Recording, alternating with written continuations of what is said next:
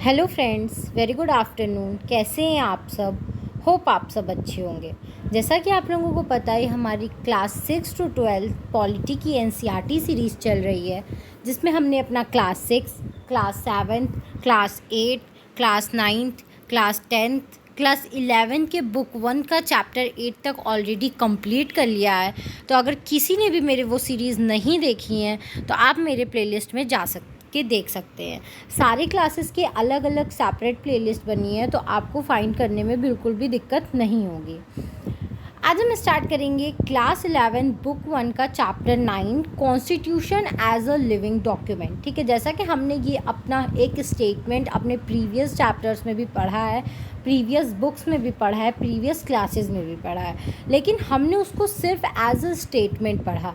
अब हम क्या करेंगे, इस स्टेटमेंट का फुल डिटेल में एनालाइज करेंगे कि एक्चुअली इस स्टेटमेंट का मतलब क्या है, ये स्टेटमेंट क्यों बोला गया है। ठीक है, तो चैप्टर स्टार्ट करने से पहले मैं आपको एक छोटी सी इन्फॉर्मेशन देना चाहूँगी कि अगर किसी भी बच्चे को क्लास 6 to 12 एनसीईआरटी के किसी भी सब्जेक्ट के हैंड रिटन नोट्स अगर परचेस करने हो तो वो मेरा डिस्क्रिप्शन बॉक्स चेक कर सकता है। या आप यूपीएससी से रिलेटेड प्रिपरेशन कर रहे हो, आपको किसी भी हैंड रिटन नोट्स को परचेस करना हो तो आप परचेस करने के लिए मेरा डिस्क्रिप्शन बॉक्स चेक कर सकते हो। आइए स्टार्ट करते हैं chapter 9, constitution as a living document. तो इसका मतलब क्या है? ठीक है, पहले तो इंट्रोडक्शन पढ़ते हैं। The Indian constitution can be amend according to the needs of the time through many such amendments have already taken place। ठीक है, हमारे इंडियन कॉन्स्टिट्यूशन को बताया जा रहा है कि काफ़ी टाइम क्या कर दिया गया। एक मिनट फ्रेंड्स, बस कलर चेंज कर लो। इसमें बोल रहा है the Indian constitution can be amend according to the needs of the time. ठीक है, हमारा जो इंडियन कॉन्स्टिट्यूशन है उसको टाइम के अकॉर्डिंग या ज़रूरत के अकॉर्डिंग क्या किया जाता है, चेंज किया जाता है। और वो चेंजेस किसके थ्रू होते हैं? वो चेंजेस हमारे अमेंडमेंट के थ्रू होते हैं। Through many such amendment have already taken place. ठीक है, इस तरीके के बहुत सारे अमेंडमेंट अब तक हमारे कॉन्स्टिट्यूशन में हो चुके हैं। The constitution has remained intact and its basic premises have not changed। ठीक है, लेकिन हमारे कॉन्स्टिट्यूशन में कुछ ऐसी चीज़ें हैं, कुछ ऐसी बेसिक स्ट्रक्चर्स हैं, प्रीमाइसेस हैं, जिनको हम क्या करते हैं, कभी भी चेंज नहीं हो सकता वो। The judiciary has played an important role protecting the constitution and also in interpreting the constitution। ठीक है, इनमें क्या करती है हमारी जुडिशरी, एक काफ़ी इम्पॉर्टेंट रोल प्ले करती है कि वो हमारे कॉन्स्टिट्यूशन को क्या कर सके, प्रोटेक्ट करके रख सके। और अगर कॉन्स्टिट्यूशन में कोई प्रॉब्लम है या उसमें चेंजेस के टाइम है या उसमें कोई भी प्रॉब्लम है तो वो क्या करे, उसमें इंटरप्रिटेट भी कर सकती है। तो ये रोल किसका होता है? ये रोल हमारी जुडिशरी का होता है। इसने नेक्स्ट पूछ रहा है, आर कॉन्स्टिट्यूशंस स्टैटिक्स? क्या कॉन्स्टिट्यूशन जो है वो स्टैटिक है कि कभी जो चेंज ना होने वाली चीज़ है वो है? स्टैटिक मतलब क्या होता है? आप स्टैटिक पार्ट पढ़ते हो तो इसका मतलब क्या होता है, वो एक चीज़ें चली आ रही है। ठीक है, उसमें आप चेंज नहीं कर सकते। आप एनसीईआरटी उठाते हो, वो आपकी स्टैटिक बुक्स होती है, तो क्या आप उसमें अपने अकॉर्डिंग चेंजेस करके पढ़ते हो? नहीं। तो यही चीज़ पूछ रहा है, क्या कॉन्स्टिट्यूशन एक स्टैटिक पार्ट्स है जिसको हम चेंज नहीं कर सकते हैं? तो अब हम क्या करेंगे, इस टर्म को अच्छे से समझेंगे। The constitution of India was adopted on 26 नवंबर 1949। हमारे कॉन्स्टिट्यूशन ऑफ इंडिया को कब अडॉप्ट किया गया है? तो हमारे कॉन्स्टिट्यूशन ऑफ इंडिया को 26 नवंबर 1949 को अडॉप्ट किया गया था। It's implementation formally started from 26 जनवरी 1950। लेकिन इसका इम्प्लीमेंटेशन कब हुआ? इसको मतलब एक बोलते हैं ना कि इसको इम्प्लीमेंट मतलब इसके रूल्स एंड रेगुलेशन लागू कब से किए गए? तो वो 26 जनवरी 1950 से किया गया। ठीक है, ध्यान रखिएगा, 26 नवंबर 1949 को इसकी क्या कर लिया गया था, अडॉप्ट कर लिया गया था, लेकिन इसका इम्प्लीमेंटेशन 26 जनवरी 1950 को हुआ है। The same constitution continues to function as the framework within which the government of our country operates, ठीक है।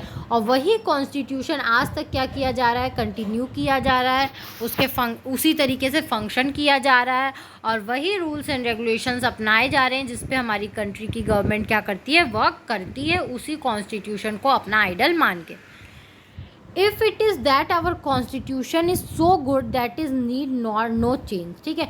इसमें यही बता रहा है, इसमें एक क्वेश्चन भी है और इसमें आंसर भी छुपा है कि कहीं ना कहीं हमारा कॉन्स्टिट्यूशन इतना अच्छा है कि उसमें चेंजेस करने की ज़रूरत नहीं पड़ी है। और इसमें दूसरा ये चीज़ है कि क्या हमारा कॉन्स्टिट्यूशन सच में इतना अच्छा है कि उसमें चेंजेस की ज़रूरत नहीं है। Was is that our constitution maker were so far sighted मतलब क्या, आगे की सोचना, ठीक है। And wise that they had foreseen all the changes that would take place in the future. इसमें ऐसा बोल रहा है कि जो हमारे कॉन्स्टिट्यूशन मेकर्स थे वो इतने मतलब कि उतने एक्सपीरियंस्ड लोग थे और इतने मतलब सच्चे थे, न्याय प्रधान लोग थे कि वो लोग क्या कर रहे थे, आगे जो फिर फ्यूचर में चीज़ें ऐसे वाइज थे, मतलब ऐसे तेज़ दिमाग वाले थे कि उनको क्या किया जा रहा था, उनको आगे के आने वाले सारे चेंजेस या फ्यूचर में जो भी प्रॉब्लम्स अराइज होने वाली थी वो सब चीज़ें उनको उस टाइम दिख रही थी। उन्होंने वही सब ध्यान में रखते हुए क्या किया, कॉन्स्टिट्यूशन को डिज़ाइन किया है। In some sense both the answer are correct. It is true that we have inherited a very robust constitution, ठीक है। कुछ सेंस में क्या बोल रहा है कि दोनों ही आंसर अपनी जगह सही हैं। कुछ तो ऐसा है कि ये बहुत मतलब ट्रू है कि हाँ हमारे पास एक ऐसा कॉन्स्टिट्यूशन है, एक ऐसा रॉबस्ट कॉन्स्टिट्यूशन है जिसमें हमें चेंजेस की या मतलब कि वो एक अच्छा कॉन्स्टिट्यूशन है जिसके अकॉर्डिंग हम आज तक क्या हो रहे हैं, चल रहे हैं और जिसको हम अपना आइडियल आज तक मान रहे हैं। Therefore, the Constitution has to be able to respond to the challenges that may arise in the future. और हाँ, हमारा कॉन्स्टिट्यूशन के अंदर ये कैपेबिलिटी भी है, ये फीचर्स भी है कि अगर कोई भी चैलेंजेस अराइज होते हैं फ्यूचर में तो वो उस चैलेंजेस के अकॉर्डिंग क्या करता है, रिस्पॉन्ड करता है, उसमें ये कैपेबिलिटी है। In the sense, the Constitution will always have something that is contemporary and something that has a more durable, ठीक है। इस सेंस में हम बोल सकते हैं कि जो हमारा कॉन्स्टिट्यूशन है वो ऐसा है कि जो उसमें कंटेम्प्रेरी भी है और वो क्या है, बहुत ज़्यादा ड्यूरेबल भी है। In this sense it is an instrument that societies create for themself, ठीक है। ये एक ऐसा इंस्ट्रूमेंट इसको माना गया है जो कि क्या है, सोसाइटी ने अपने लिए क्या है, इसको क्रिएट किया है, बनाया है। This dual role of the Constitution always lead to difficult question about the status of the Constitution, ठीक है। और ये जो हमारा डुअल रोल है, ठीक है, कॉन्स्टिट्यूशन का जैसे कि दो रोल है, तो ये जो दो रोल है हमारे कॉन्स्टिट्यूशन का, ये बहुत डिफ़िकल्ट क्वेश्चन है कि जो हमारे कॉन्स्टिट्यूशन के स्टेटस पे क्या है, हमेशा अराइज किया जाता है। नेक्स्ट है हमारा it is so scared that nobody ever can change it. इसमें बोल रहा है क्या ये इतना स्कैर्ड है, स्कैर्ड मतलब कि मतलब जिसको नहीं बोलते हैं कि पवित्र चीज़, ठीक है, मतलब जैसे कि हम कुरान, बाइबल, गीता, रामायण, इन सबको हम चेंज नहीं कर सकते हैं ना। तो इसमें यही चीज़ बोल रहा है, क्या इतना ये स्कैर्ड है कि कोई भी इसमें चेंजेस नहीं कर सकता। Alternatively, it is so ordinary an instrument that it can be modified just like any other ordinary law. और दूसरी तरफ ये बोला गया है या तो ये इतना पवित्र हो कि इसमें कोई चेंजेस ना कर पाए, या तो ये इतना ऑर्डिनरी है कि इसको किसी भी एक ऑर्डिनरी लॉ की तरह क्या किया जाता है, चेंज किया जा सकता है, इसमें मॉडिफिकेशन लाया जा सकता है, ठीक है। तो ये थे अभी तक के हमारे कुछ क्वेश्चंस जो कि हम इन चैप्टर्स में इनका सॉल्यूशन देखने की कोशिश करेंगे और इस पे चीज़ें भी पढ़ेंगे कि एक्चुअली में क्या सच्चाई है। अब इसमें बोल रहा है how to amend the constitution. आप अपने कॉन्स्टिट्यूशन को कैसे अमेंड करते हो, तो आर्टिकल 368 बोलता है, आर्टिकल 368 के अकॉर्डिंग ही हम क्या करते हैं, अपने मतलब अमेंडमेंट करते हैं कॉन्स्टिट्यूशन में। Parliament may in exercise of its constituent power amend by way of addition, variation और repeal any provisions of this constitution in accordance with the procedure laid down in this article. ठीक है, वो अपने parliament अपने constitution के किसी भी power को क्या कर सकती है, चेंज कर सकती है, उसमें कुछ एडिशन ला सकती है, उसमें कुछ अलग तरीके से ऐड कर सकती है, प्रोविजंस ला सकती है, लेकिन क्या कर सकती है, इन आर्टिकल्स को यूज़ करके ही वो क्या कर सकती है, उसमें चेंजेस ला सकती है। The makers of our constitution wanted to strike a balance. ठीक है, जो हमारे मेकर्स थे कॉन्स्टिट्यूशन को, वो हमेशा हर चीज़ में क्या करना चाहते थे, बैलेंस मेंटेन करके रखना चाहते थे कि हर चीज़ क्या हो, एक बैलेंस्ड वे में चले, ताकि कोई उस चीज़ों का गलत फ़ायदा ना उठा पाए। ठीक है, ना ही वो इतना ईजी हो कि उसे चेंज कर दिया जाए, ना ही वो इतना टफ हो कि जब हमें बहुत नीड हो तो भी वो चेंज ना हो पाए। The Constitution must be amended if so required। ठीक है, हम अपने कॉन्स्टिट्यूशन को तभी चेंज कर सकते हैं या तभी अमेंड कर सकते हैं जब उसकी ज़रूरत हो और जब उसकी रिक्वायरमेंट हो हमें, but it must be protected from unnecessary and frequent changes. लेकिन जो हमारे चेंजेस हैं या अमेंडमेंट है, उसको भी क्या किया जाता है, इन चीज़ों से प्रोटेक्ट किया जाता है कि अननेसेसरी, जब किसी चीज़ की ज़रूरत ना हो तब उसको चेंज या अमेंडमेंट ना किया जाए, या उसमें फ्रीक्वेंटली चेंजेस ना किए जाएँ। ठीक है, कि अब ये चेंज हो गया तो कल ये आर्टिकल चेंज हो गया तो कल ये प्रोविज़न चेंज हो गया, नहीं, frequently changes and unnecessary changes से इसको प्रोटेक्ट किया जाता है। In another words, they wanted the constitution to flexible and at the same time rigid। ठीक है, इसीलिए हम अपने कॉन्स्टिट्यूशन को flexible as well as rigid both बोलते हैं। ठीक है, हमारे कॉन्स्टिट्यूशन के ये दोनों ही फीचर्स हैं कि वो फ्लैक्सिबल भी है और वो रिजिड भी है। Flexible means open to change and rigid means resistance to change. ठीक है, फ्लैक्सिबल मीन्स कि आप कोई भी चेंजेस, उसमें जो कुछ लॉज हैं आप क्या कर सकते हो, उनको आराम से चेंज कर सकते हो, लेकिन रिजिड मीन्स कि रेजिस्टेंस टू चेंज, कुछ लॉ ऐसे हैं जिनको आप काफ़ी स्पेशल मेजॉरिटी और या तो काफ़ी डिफ़िकल्टी के बाद वो चेंज होते हैं। A constitution that can be very easily changed or modified is often called flexible। ठीक है, जो कॉन्स्टिट्यूशन के जो भी प्रावधान, जो कॉन्स्टिट्यूशन बहुत ईज़िली चेंज हो जाता है या उसको बहुत जल्दी मॉडिफाइड कर दिया जाता है, उस टाइप के मॉडिफिकेशन या चेंज को हम लोग फ्लैक्सिबल नेचर का बोलते हैं। In case of constitution which are very difficult to amend, they are described as rigid. ठीक है, लेकिन वैसे कॉन्स्टिट्यूशन जो क्या हो, बहुत डिफ़िकल्ट हो, अमेंडमेंट जिनका क्या हो, बहुत डिफ़िकल्ट हो, तो उस टाइप के अमेंडमेंट को हम लोग बोलते हैं रिजिड अमेंडमेंट या rigid constitution. The Indian constitution combines both these characteristic. ठीक है, लेकिन हमारा जो इंडियन कॉन्स्टिट्यूशन है उसमें ये दोनों क्या है, मतलब रिजिड भी और फ्लैक्सिबल भी, ये दोनों ही फीचर क्या है इसमें मिक्स्ड एंड मैच है। ठीक है, हमारा इंडियन कॉन्स्टिट्यूशन में ये दोनों कैरेक्टरिस्टिक्स पाए जाते हैं। अब हम लोग देखते हैं how to amend the constitution, हम अपने कॉन्स्टिट्यूशन को कैसे अमेंड करते हैं। ठीक है, तो यहाँ पे 3 तरीके से बताया गया कि हम अपने कॉन्स्टिट्यूशन को अमेंड करते हैं। पहला है similar to ordinary law majority in parliament as mentioned in some articles. ठीक है, सिमिलर है, अगर कोई ऑर्डिनरी लॉ है तो आप क्या कर सकते हो, उसको चेंज कर सकते हो, पास कर सकते हो। अगर पार्लियामेंट में आपको मेजॉरिटी मिल रही है तो आप उसके अकॉर्डिंग क्या कर सकते हो, उसको चेंज कर सकते हो, जैसा कि कुछ आर्टिकल्स में दिया गया है। अभी हम वो आर्टिकल्स भी पढ़ेंगे। Special majority in parliament in both houses separately as per article 368। ठीक है, आपको क्या मिलना चाहिए, दोनों हाउसेस से, वेट अ मिनट, दोनों हाउसेस से, लोकसभा एंड राज्यसभा दोनों से आपको क्या मिलनी चाहिए, स्पेशल मेजॉरिटी मिलनी चाहिए, जैसा कि 368 आर्टिकल में दिया हुआ है। ठीक है, अभी हम लोग सिंपल, स्पेशल और special plus legislature of half the states भी पढ़ेंगे कि ये सब होता क्या है।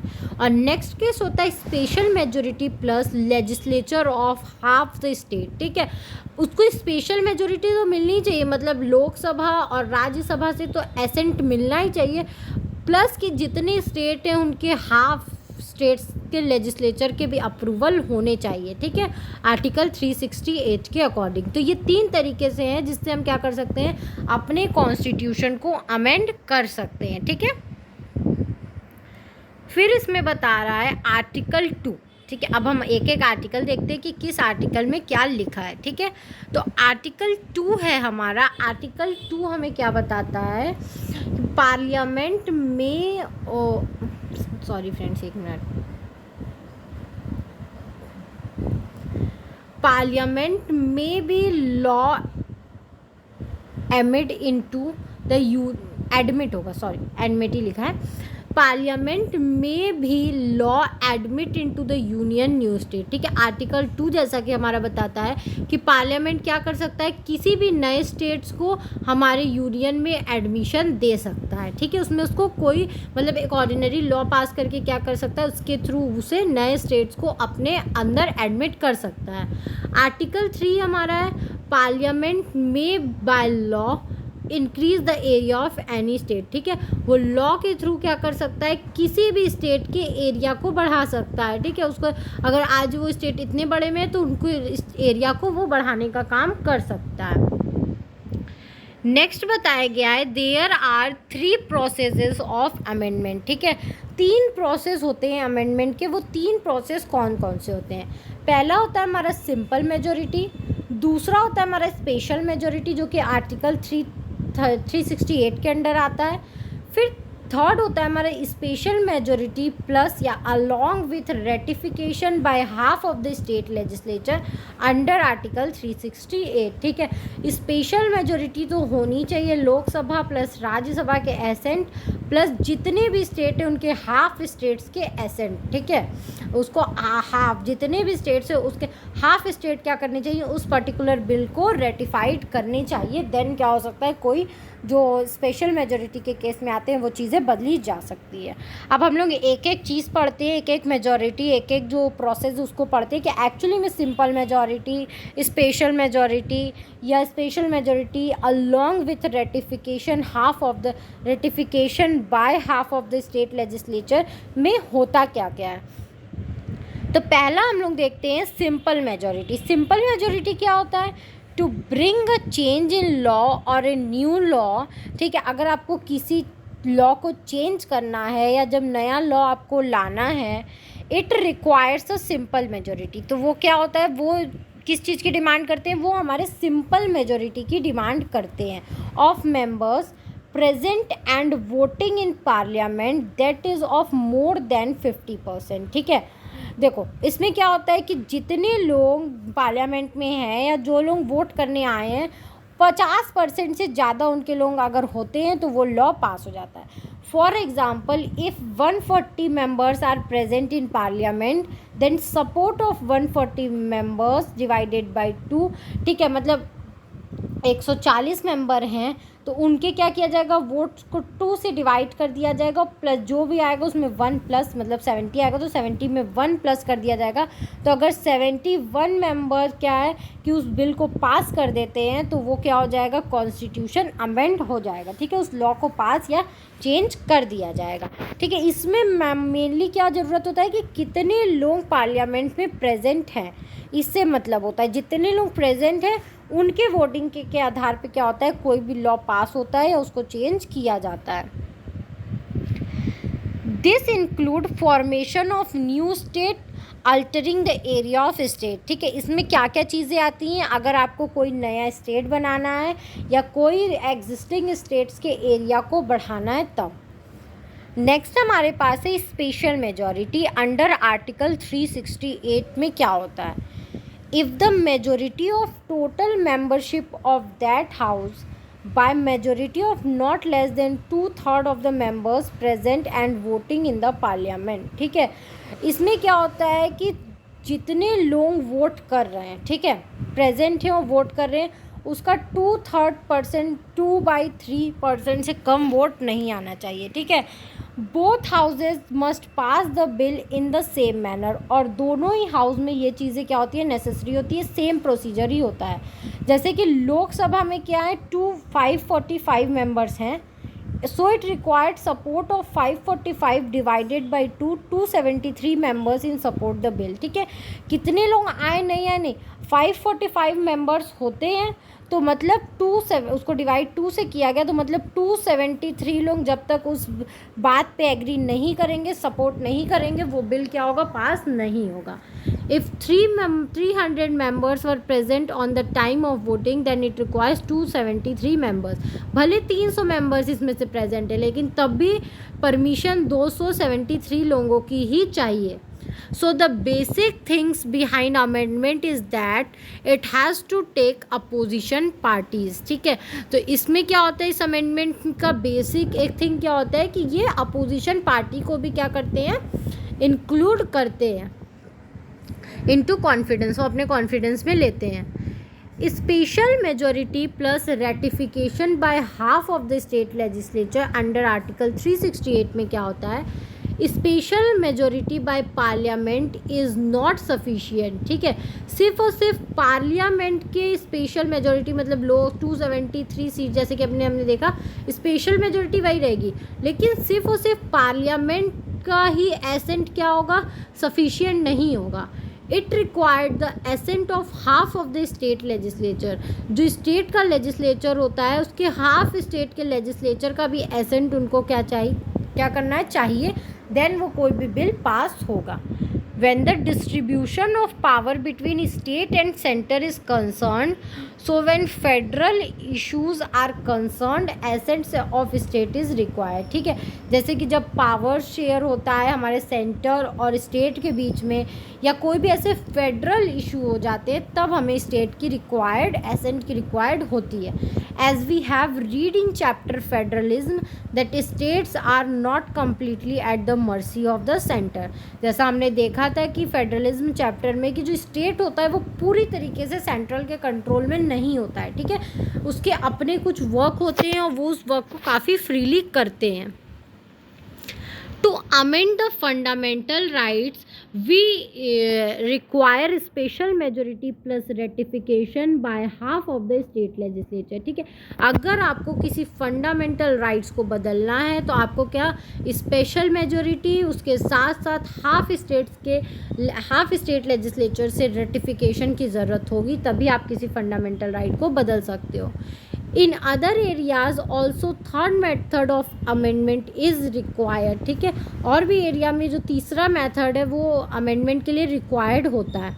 To amend election of president, जैसे कि अगर आप कि प्रेसिडेंट के इलेक्शंस के जो प्रोसेसेस हैं उनको चेंज करना चाहते हो, या to amend supreme court and high court powers and many others, या आप सुप्रीम कोर्ट या हाई कोर्ट के पावर्स को चेंज करना चाहते हो, उनसे रिलेटेड कुछ अमेंडमेंट है, तो आपको special majority plus ratification by half of the state legislature की ज़रूरत होगी। The following fathers took care that constitution would not be open to easy tampering. ठीक है, ये जो चीज़ें हैं वो हमारे कॉन्स्टिट्यूशन के क्या करती हैं, एक तरीके से प्रोटेक्ट करती हैं, और ये बात दिखाती हैं कि जो हमारा कॉन्स्टिट्यूशन है वो सबके लिए खुला नहीं है कि आप इसको आके ईजी टैम्परिंग, मतलब ईजी तरीके से बदल लो या कुछ भी कर लो। And yet future generation were given the right to amend and modify according to the needs and requirement of the time। ठीक है, और हाँ ये भी बोला जा रहा है कि फ्यूचर जनरेशन को ये पूरी छूट दी गई है कि आप इस कॉन्स्टिट्यूशन को या राइट्स को आराम से मॉडिफाई कर सकते हो, लेकिन जब आपको इसकी ज़रूरत पड़े, जब सही टाइम हो तब। फिर हमारा पूछा है why have there been a so many amendments. अभी तक हमने देखा कि हमारे कॉन्स्टिट्यूशन में काफ़ी ज़्यादा अमेंडमेंट हो चुके हैं, तो यहाँ यही क्वेश्चन पूछ रहा है कि अब तक इतनी ज़्यादा अमेंडमेंट की ज़रूरत क्यों पड़ी। हम तो बोल रहे हैं हमारा कॉन्स्टिट्यूशन बहुत अच्छा है, उसमें बदलाव होने की ज़रूरत ही नहीं है। तो हमारे कॉन्स्टिट्यूशन में अब तक इतने जो बदलाव हैं वो किससे रिलेटेड हैं और किस लिए ये बदलाव किए गए हैं। तो on January 2006 the constitution of India completed 56 years of the existence. ठीक है, यहाँ पे हमें एक एग्जांपल दिया है कि 26 जनवरी 2006 में क्या किया था, उसने अपने 56 ईयर्स को कंप्लीट किया था जब से वो बना था। ठीक है, in these 56 years it was amend 93 times. ठीक है, और इन 56 ईयर के में वो क्या होता है, 93 टाइम्स क्या हो चुका था, उसका बदलाव हो चुका था। Given the relatively difficult method of amending the constitution the number of amendments appear quite high.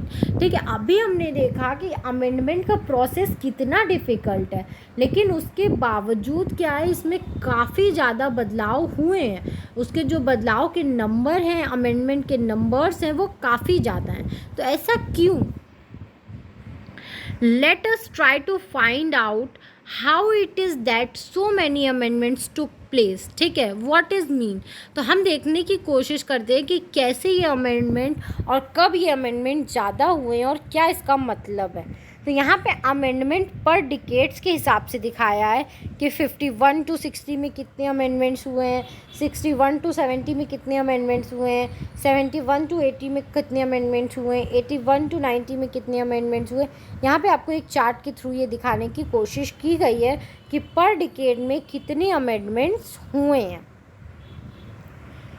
Years taken from every 10 amendments. ठीक है, अब हम देखते हैं कि हर जो कितने 10-10 साल पे कितने अमेंडमेंट्स हुए हैं। ठीक है,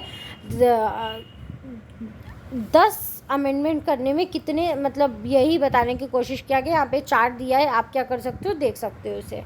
ये देखो 10 से 20 में कितने अमेंडमेंट हुए, 20 से 30 में कितने अमेंडमेंट हुए, 30 से 40 में, 40 से 50 में, 50 से 60, 60 से 70, 70 से 80, 80 से 90। ठीक है, तो कितने अमेंडमेंट्स अब तक हो चुके हैं, तो ये हम लोग क्या करते हैं देखेंगे। अब यहाँ है contents of amendment made so far. ठीक है, कि अब जो ये कंटेंट है किस किस लिए अमेंडमेंट हुए हैं। ठीक है, तो उनके कंटेंट क्या क्या हैं तो वो देखते हैं। तो पहला है हमारा क्या, टेक्निकल कंटेंट। ठीक है, amendment only, wait a minute friends,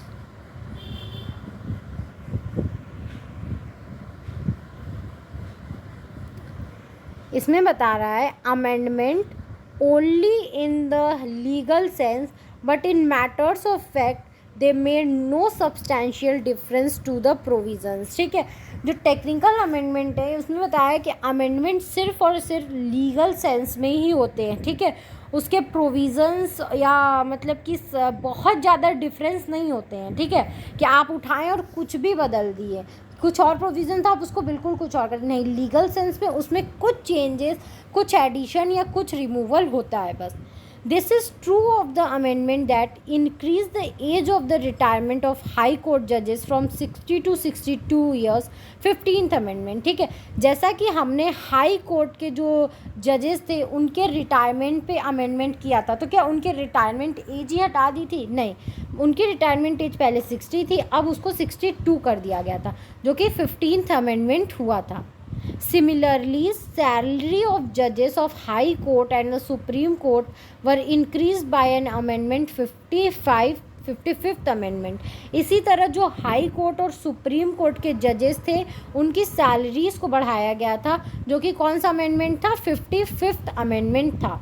the provisions regarding reserve seats in the legislature for scheduled caste and scheduled tribes. इसी तरह जो हमारे यहाँ सीट्स रिजर्व की गई है लेजिस्लेचर में शेड्यूल्ड कास्ट और शेड्यूल्ड ट्राइब्स की, तो ये भी अमेंडमेंट के थ्रू आया था। The original provision said that these reservation was for a period of 10 years. ठीक है, जो हमारा पहला प्रोविज़न था वो क्या कहता था, सिर्फ और सिर्फ ये रिजर्वेशन 10 साल के लिए किया गया है, लेकिन नहीं, हमने 10 साल से फिर 10 साल एक्सटेंड किया, फिर 10 साल एक्सटेंड किया, फिर 10 साल एक्सटेंड किया, 5 बार हमने इसको एक्सटेंड किया। तो हमने क्या किया, कुछ चेंजेस किए लीगल तरीके से, ऐसा नहीं कि उसको पूरा का पूरा उठा के चेंज कर दिया। This had to let 5 amendment so far. ठीक है, ये 5 बार ये अमेंडमेंट हो चुका है। अब बता रहा है डिफरिंग इंटरप्रिटेशंस। ठीक है, कि अलग अलग तरीके से हमारी जुडिशरी कॉन्स्टिट्यूशन में कैसे इंटरप्रिटेट करती है। Many times the parliament did not agree with the judicial interpretation and therefore sought to amend the constitution to overcome to ruling of the judiciary। ठीक है, बहुत बार ऐसा क्या हुआ है कि हमारी जो पार्लियामेंट है वो जुडिशियल इंटरप्रिटेशन से एग्री नहीं करती है। ठीक है, तो वहाँ पे क्या होता है, वहाँ पे कॉन्स्टिट्यूशन को अमेंड किया जाता है कि वो जो जुडिशरी रूल कर रही है उसको क्या किया जाए, उस सब चीज़ों से बाहर लाया जा सके। In the period between 1970 and 1975 this situation arose frequently. 1970 से 1975 का जो पीरियड था, उस पीरियड में हमने ये सिचुएशन काफ़ी ज़्यादा देखी थी। नेक्स्ट है यहाँ पे अमेंडमेंट्स थ्रू पॉलिटिकल कंसेंसस। ठीक है, कुछ पॉलिटिकल कंसेंसस होते हैं, मतलब एक साथ वो लोग मिलके क्या करते हैं, कुछ चीज़ों के लिए, पॉलिटिकल चीज़ों को साथ में रखने के लिए क्या किए जाते हैं, कुछ अमेंडमेंट किए जाते हैं। वो अमेंडमेंट क्या है, जैसे कि था पहला अमेंडमेंट हमारा द एंटी डिफेक्शन अमेंडमेंट। पहला नहीं था, मतलब ये पॉलिटिकल से है हमारा पहला। तो 52nd एंड 91st अमेंडमेंट था इससे रिलेटेड। ठीक है, क्या था, This amendment includes the 61st amendment bringing down the minimum age for voting from 21 to 18 years and 73rd and 74th amendment etc। ठीक है, जो वोटर्स की एज थी उसको 21 से घटा के 18 कर दी गई थी। हमारे यहाँ पंचायती राज इंस्टीट्यूशन रूरल एरिया और अर्बन एरिया के लिए बने थे, जो कि 73rd और 74th अमेंडमेंट जिससे रिलेटेड था। In this same period there were some amendments clarifying and expanding the scope of reservation in jobs and admission। ठीक है, और इसी सेम पीरियड्स में कुछ अमेंडमेंट्स किस लिए किए गए थे कि रिजर्वेशन की स्कोप को बढ़ाने के लिए हमारे जॉब्स या हमारे कॉलेज या स्कूल एडमिशन्स में।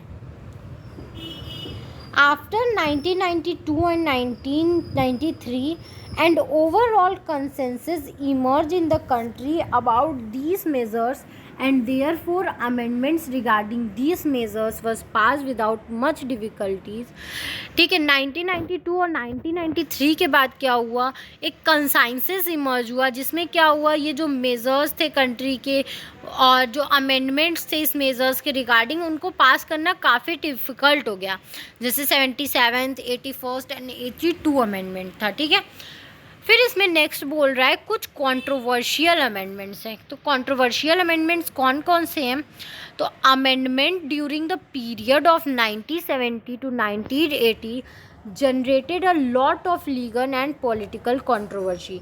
जो भी अमेंडमेंट 1970 से 1980 के बीच में हुए थे उसमें क्या हो गए थे, बहुत सारे लीगल और पॉलिटिकल कंट्रोवर्सी हुई थी। वो कंट्रोवर्सी क्या थी, the parties that were in opposition during the period 1971 to 1976 saw many of these amendments as attempt by the ruling party to subvert the constitution।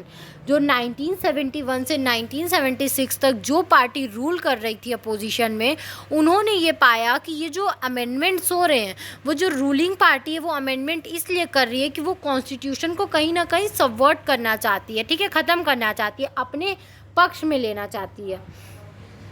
In particular the 38th, 39th and 42nd amendments have been its most controversial amendment so far. ठीक है, इसी sense में जो हमारा 38, 39, 42 amendment था वो काफ़ी ज़्यादा कंट्रोवर्सीज़ में रहा है और वो अब तक का बहुत ज़्यादा कंट्रोवर्शियल अमेंडमेंट रहा है। These three amendment were made in the background of internal emergency declared in the country for June 1975. और इन्हीं अमेंडमेंट्स के टाइम ने हमने क्या देखा था कि इंटरनल इमरजेंसी भी डिक्लेयर की गई थी कंट्री में, जो कि 1975 जून 1975 में क्या किया गया था, डिक्लेयर किया गया था. They sought to make basic changes in many crucial parts of the constitution. उन्होंने ये पाया कि वो जो बेसिक, जो बहुत क्रूशियल इम्पॉर्टेंट पार्ट है हमारे कॉन्स्टिट्यूशन का, इसमें वो क्या कर रहे हैं, बेसिक चेंजेस ले आ रहे हैं. ठीक है, जो चेंजेस हेल्दी नहीं है. अब नेक्स्ट है हमारा basic structure of the constitution. It has set specific limits to the parliament powers to amend the constitution. ठीक है, ये क्या करता है, हमारी पार्लियामेंट पे एक लिमिट सेट करता है कि आप कहाँ तक अपनी पावर्स का यूज़ करके कॉन्स्टिट्यूशन को अमेंड कर सकते हैं. It says that no amendment can violate the basic structure of the constitution. ये क्या बताता है कि कोई भी ऐसा अमेंडमेंट हमारी basic structure of the constitution को से छेड़छाड़ नहीं कर सकता है. It allows the parliament to amend any and all parts of the constitution within this limitation.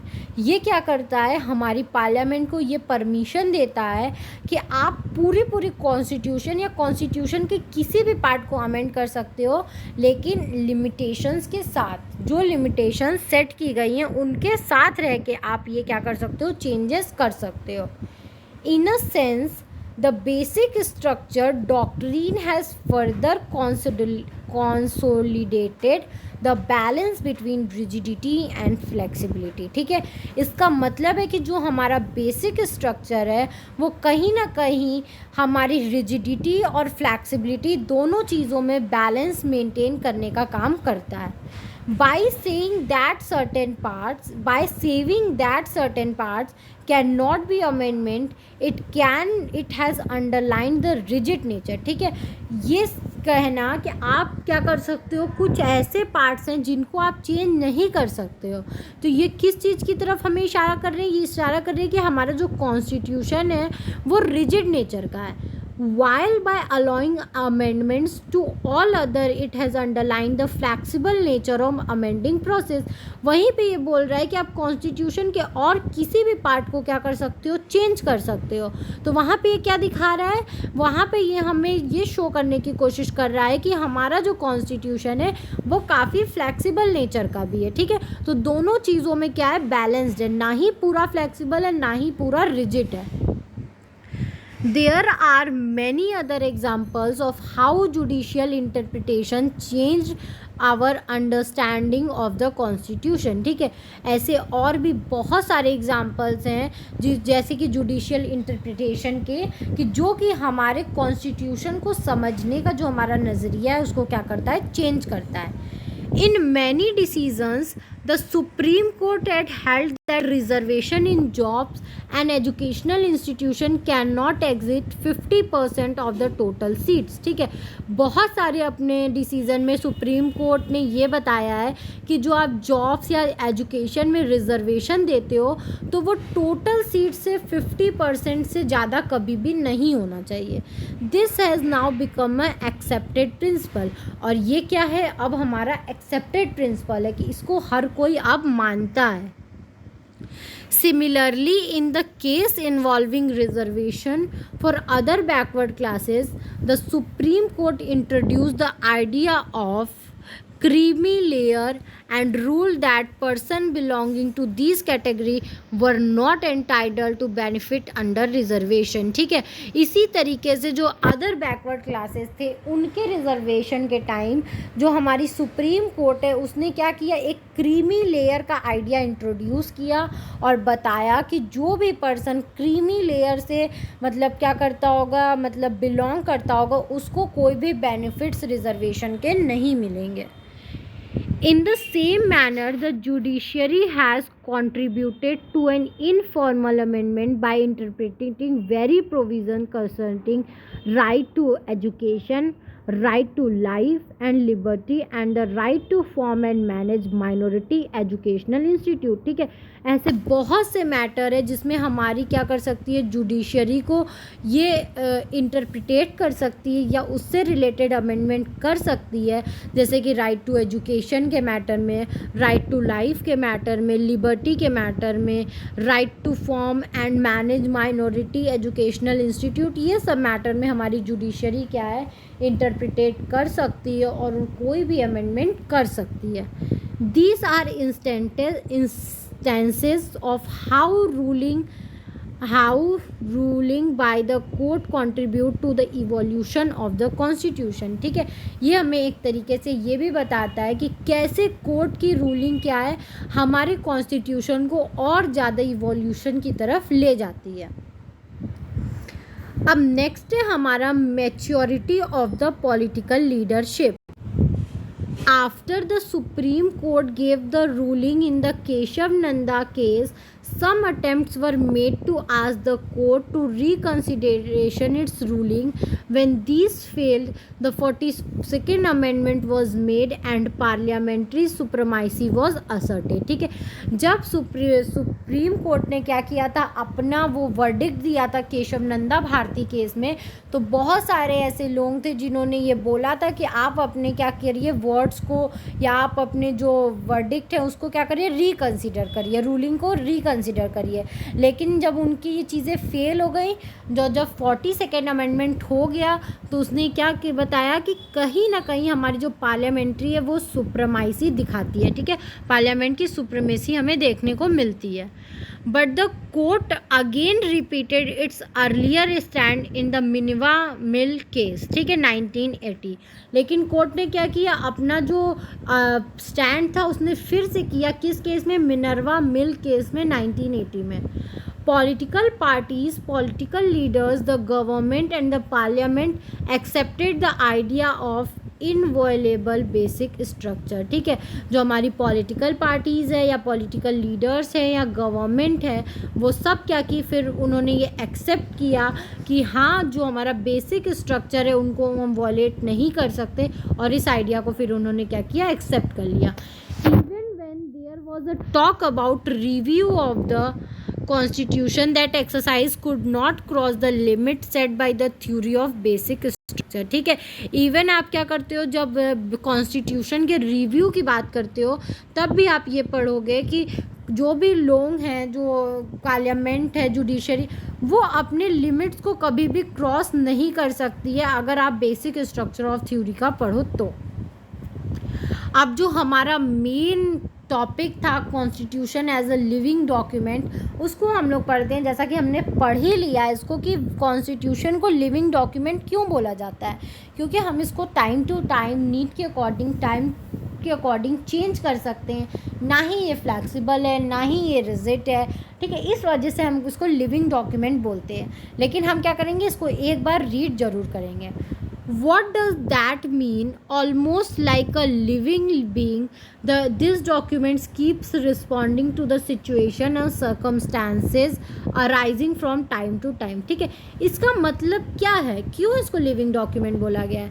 तो इसको लिविंग डॉक्यूमेंट इसलिए बोला गया है कि जैसे जैसे सर्कमस्टांसेस और जो टाइम के साथ सिचुएशन चेंज होती है, तो उसी तरीके से हमारा कॉन्स्टिट्यूशन और हमारे जो डॉक्यूमेंट है कॉन्स्टिट्यूशन के वो भी चेंज करते हैं और उसी अकॉर्डिंग वो रिस्पॉन्ड करते हैं। Like a living being, the constitution responds to experience. In fact that is the answer to the riddle we mentioned at the beginning about the durability of the constitution। ठीक है, इसको ये हमें क्या है, एक एक्सपीरियंस का भी एहसास दिलाता है। मतलब कि जो हमने स्टार्टिंग में पढ़ा था कि हमारा कॉन्स्टिट्यूशन काफ़ी ड्यूरेबल है, तो ड्यूरेबल क्यों है, क्योंकि ये चेंजेस के साथ क्या होता है, चेंज होता है। कभी भी हम देखते हैं कि अगर कोई चीज़ चेंजेस के साथ चेंज नहीं हुई तो वो चीज़ पुरानी हो जाती है, लेकिन हमारा कॉन्स्टिट्यूशन आज तक पुराना नहीं हुआ। ये इस बात का प्रूफ है कि वो एज अ लिविंग डॉक्यूमेंट की तरह वर्क करता है एंड चेंजेस के साथ वो चेंजेस को अडॉप्ट करता है। Even after so many changes in the society, the constitution continues to work effectively because of this ability to be dynamic, to be open to interpretation and the ability to respond to the changing situation. इतने सारे हमारे society में change आए हैं, उसके बाद भी हमारा जो कॉन्स्टिट्यूशन है वो इतना इफ़ेक्टिवली वर्क कर रहा है. क्यों? क्योंकि उसके पास ये एबिलिटी है कि वो डायनेमिक है. उसका नेचर क्या है? डायनेमिक है. जब जैसी सिचुएशन तब वो वैसा वर्क करता है. ठीक है. और वो क्या होता है? चेंजिंग सिचुएशन के तरह क्या होता है उसके साथ इंटरप्रिटेट करना भी जानता है. This is a hallmark of democratic constitution. ये डेमोक्रेटिक कॉन्स्टिट्यूशन में एज अ हॉल मार्क भी वर्क करता है. In a democracy, practices and ideas keep evolving over time and the society changes its experiments according to these. A constitution which protects democracy and yet allows for evolution of new practice become not only durable but also the object of respect from the citizens. ठीक है. मतलब इसमें ये बता रहा है कि अगर हमें एक डेमोक्रेटिक सिचुएट करना है, हमें एक्चुअली में प्रैक्टिसेस और आइडियाज़ जो सोसाइटी में हैं, जो हर रोज़ नए नए एक्सपेरिमेंट्स हो रहे हैं, तो ये क्या करता है? हमारा कॉन्स्टिट्यूशन हमें इस डेमोक्रेसी को प्रोटेक्ट करता है कि वो हर तरीके से नए प्रैक्टिसेस, नए इवोल्यूशंस और क्या करे, हमारी सिटीज़न को रिस्पेक्ट करे और ड्यूरेबल रहे. अब बता रहा है constitution of the judiciary. The court came to the conclusion that in reading a text, a document, we must respect the intent behind that document. ठीक है. कोर्ट को ने ये कंक्लूज़न निकाला है कि जब हम कोई टेक्स्ट या डॉक्यूमेंट रीड करते हैं तो हमें उनके पीछे के जो इंटेंट होते हैं, ठीक है, वो चीज़ें कब बनी, क्या सिचुएशन था, वो सब उस चीज़ों को देखना चाहिए और उनकी रिस्पेक्ट करनी चाहिए. The court was looking at the basic structure as something without which the constitution can be imagined at all. ठीक है. कोर्ट बोलता है कि जो बेसिक स्ट्रक्चर है हमारा, उसके बिना हमारा कॉन्स्टिट्यूशन को क्या किया जा सकता है? इमेजिन भी नहीं किया जा सकता है. This is an instance of trying to balance the letter and the spirit of the constitution. ये क्या करता है? जो बेसिक स्ट्रक्चर है हमारा, वो जो रिटन चीज़ें हैं और जो कॉन्स्टिट्यूशन के स्पिरिट हैं, उन दोनों में बैलेंस क्रिएट करने की कोशिश करता है. When the constitution was made, leaders and peoples of our country shared a common vision of idea. ठीक है. जब हमारा कॉन्स्टिट्यूशन बना तो हमारे जो लीडर्स थे या हमारे कंट्री के जो ऑर्डिनरी सिटीज़न थे, वो दोनों क्या करते थे? एक ही विज़न इंडिया का चाहते थे. ठीक है. एक ही चाहत उनको थी. In Nehru's famous speech at the time of independence, the visions were described as a trust with destiny. ठीक है. उनके जो बहुत ज़्यादा फेमस स्पीच थी जो उन्होंने इंडिपेंडेंस के टाइम दी थी, वो हमें ये विजन्स के बारे में क्लियरिटी करता है कि a trust with destiny. In the Constituent Assembly also all the leaders mentioned this vision. ठीक है. जब कॉन्स्टिट्यूएंट असेंबली बनी थी तो जितने भी लीडर्स थे उन सब लीडर्स ने अपने विजन्स को सामने रखा था. Dignity and freedom of the individual. जैसे उन्होंने क्या बताया था कि जो इंडिविजुअल है उनके क्या होनी चाहिए? डिग्निटी और फ्रीडम हमेशा मेंटेन रहनी चाहिए. सोशल एंड इकोनॉमिकल इक्वालिटी मिलनी चाहिए. well-being of all people based on national integrity. सब लोग क्या होने चाहिए? अच्छे, स्वस्थ होने चाहिए, एकजुट होने चाहिए. This vision has not disappeared people and leaders alike to the vision and hope to realize it. ठीक है. hold to the vision. ये जो विज़न था वो लोगों को अलग नहीं कर रहा था, वो जो हमारे पीपल्स हैं और वो लीडर्स हैं उन लोगों को एक साथ ला रहा था और अपने जो विज़न है उसको मतलब पूरा करने की एक होप दिखा रहा था. Therefore, the constitution based on the vision has remained an object of respect and authority even after half a century. ठीक है, और यही जो आगे फ्यूचर को देखते हुए हमारा कॉन्स्टिट्यूशन बना है, इस कॉन्स्टिट्यूशन को आज भी उतनी ही इज्जत मिलती है और उतनी ही अथॉरिटी दी गई है जितनी की पहले दी जाती थी, जबकि करीबन हाफ सेंचुरी बीत चुकी है. The basic values governing our public imagination remain intact. ठीक है, जो हमारी बेसिक वैल्यूज़ थी पब्लिक को गवर्न करने की, जो इमेजिनेशन की गई है, वो आज भी कहीं ना कहीं ज़िंदा है, ख़त्म नहीं हुई है. तो यही था हमारा ऑल अबाउट दिस चैप्टर. हमारा ये चैप्टर यहीं पे ख़त्म होता है. आई होप आपको ये चैप्टर समझ में आया होगा. अगर फिर भी कहीं भी कोई भी दिक्कत हो तो आप मुझे कमेंट सेक्शन में कमेंट करके पूछ सकते हैं. Thank you very much for watching my video and please please please like, subscribe and share my channel. और अगर आपको इस सब्जेक्ट या किसी भी सब्जेक्ट के हैंड रिटन नोट्स परचेस करने हो तो आप मेरा डिस्क्रिप्शन बॉक्स चेक कर सकते हैं. आपको क्लास 6 to 12 एनसीईआरटी के हैंड रिटन नोट्स परचेस करने हो तो भी आप मेरा डिस्क्रिप्शन बॉक्स चेक कर सकते हैं. और अगर या आप यूपीएससी से रिलेटेड प्रिपरेशन कर रहे हो, अगर आपको हैंड रिटन नोट्स परचेस करने हो किसी भी स्टैंडर्ड बुक के, तो आप परचेस करने के लिए मेरा डिस्क्रिप्शन बॉक्स चेक कर सकते हैं. Thank you very much and keep supporting me. Please like, subscribe and share my channel.